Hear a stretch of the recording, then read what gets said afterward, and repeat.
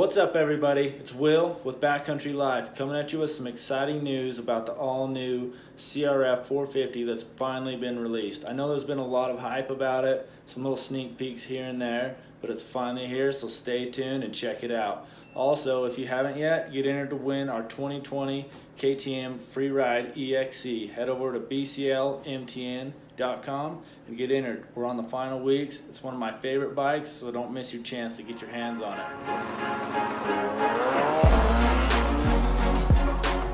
Welcome back, guys.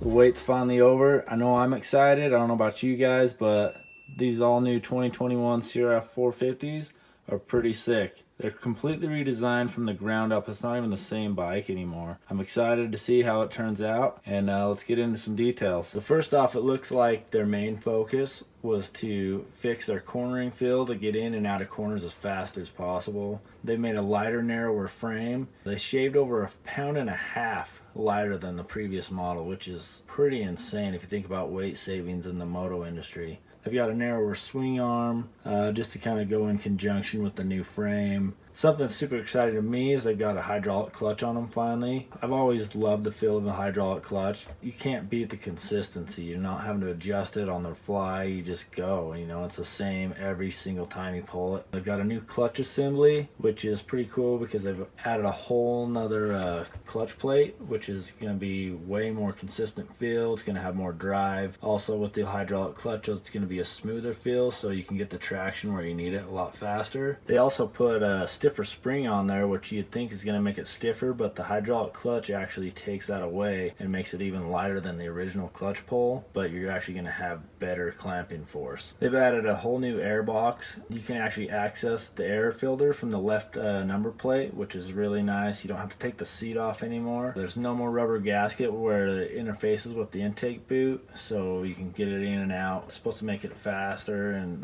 less messy. It also looks like it's going to be electric start only as well. I think they got rid of it in 2019 entirely off the whole engine. There's no kickstart hole or anything. I feel like they've perfected that electric start system with their lithium-ion batteries are light, and it seems like the main focus on a lot of the manufacturers these days is saving weight. So for performance on the 2021 model, looks like they stayed with the unicam engine design. I know they changed to a dual overhead cam on the previous 250 model. For the cylinder head, they've got a whole new cylinder head design. They've got an oval shaped centralized exhaust port. They've got a revised decompression system. Obviously you wouldn't be able to see this unless you pulled the valve cover off. Kind of their idea is to get less stalling at extreme low RPM, so I'm assuming to help with those flame out issues you have in like the low RPMs and slow riding conditions. And a new single muffler exhaust, so they've gotten rid of the dual exhaust system. I'm sure just to shave weight. They've changed the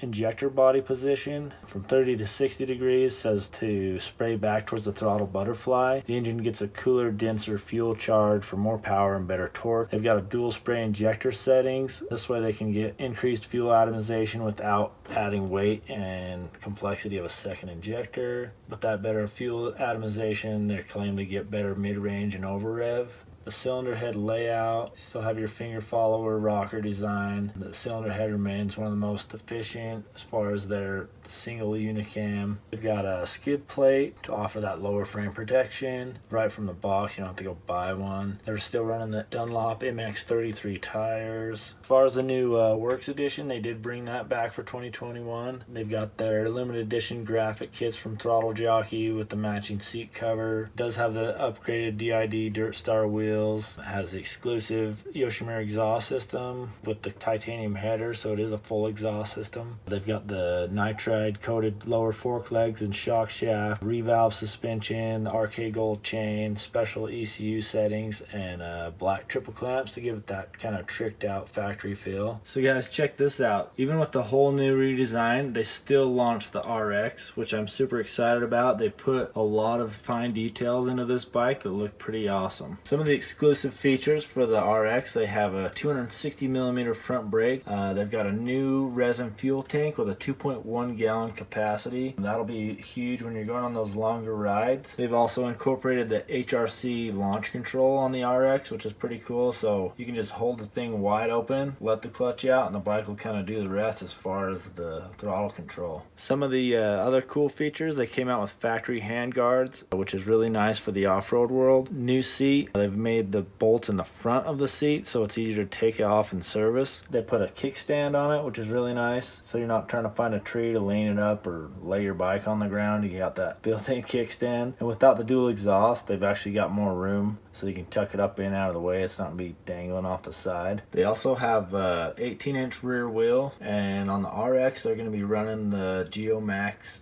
AT81 tires, so it's more of an off-road tire rather than the MX33. And just check out the pictures of this thing. For an off-road bike, that thing looks mean. I'm pretty excited. I can't wait to throw a leg over one of these. And you can't help but notice the injection molded graphics. You don't have to worry about them just peeling off after the first ride, which is super nice because everybody likes their bike looking clean and fresh, and you don't want to worry about peeling up stickers or the gas making them bubble up. Really nice feature to have injection molded graphics. So taking a look at the CRF450R Works Edition and the standard CRF450R base MSRPs, you're about $2,800 in difference, but it depends on if you're going to keep that new bike stock or if you're going to put some money into it. In my opinion, I honestly think if you're going to put an exhaust and all those little fine details on there, you almost might as well buy the Works Edition because you're going to save money in the long run. Just upgrading the clutch, the full titanium exhaust, if you were to upgrade your wheels, if you were to take your engine, have it hand ported, all these fine little things, you're going to surpass that $2,800 faster than you think. So if you're not going to be happy with that out of the box standard CRF450R, I'd pull the trigger on the Works Edition. And the RX is about a $300 difference over the regular R, so not a huge price difference there considering you get the kickstand, the bigger fuel tank, hand guards, things like that. That's just kind of personal preference, whether you're going to be more into the off-road rather than the R for the track, the 18-inch rear wheel, things like that. So anyway, pretty exciting news for this new bike. I know I'm excited about it, and it'll be cool to see when they start hitting the tracks in the local area and see how people really like them in the real world. Also, let me know in the comments below what do you think about this new bike. I'm curious to see other people's opinion. I've heard some rumors saying it looks like a red KTM, but let's hear what you got. Thanks for tuning in. Make sure you hit that like and subscribe button, and don't forget to check us out at bclmtn.com. Enter to win our 2020 KTM EXE free ride. Every $5 you spend gets you one entry to win. Until next time, guys, we'll see you out on the trails. See ya.